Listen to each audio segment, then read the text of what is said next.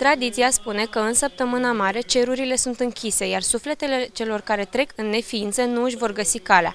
Bătrânii ne liniștesc, spunându-ne că în noaptea de înviere cerurile se vor deschide, însă numai pentru cei care au sufletul și inima curată. Săptămâna patimilor simbolizează durerea și chinurile prin care Mântuitorul a trecut de la trădarea sa de către Iuda și până la răstignirea și învierea Domnului. O săptămână plină de semnificații în care creștinii merg la biserică și se roagă pentru iertarea păcatelor.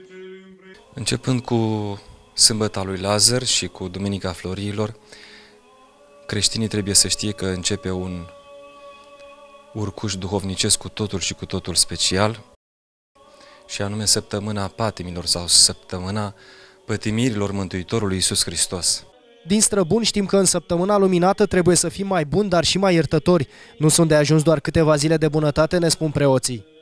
Trebuie să înțelegem că degeaba ne preocupăm de toate cele materiale pentru a avea o masă îmbelșugată de Sfânta Înviere a Domnului Iisus Hristos, dar dacă nu ne îngrijim de sufletele noastre, nu înviem cu adevărat împreună cu El.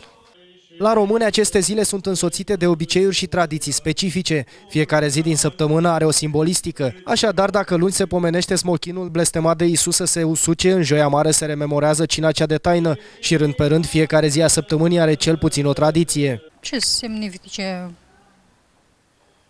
Mai mult să te pocăiești, să ții post, să te împaști cu toți.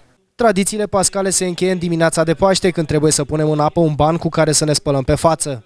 De ce fac asta? Purificare, știu, roșu să fie roșu în tot timpul anului, cum e ou roșu, banii să aducă bogății în familie și în casă.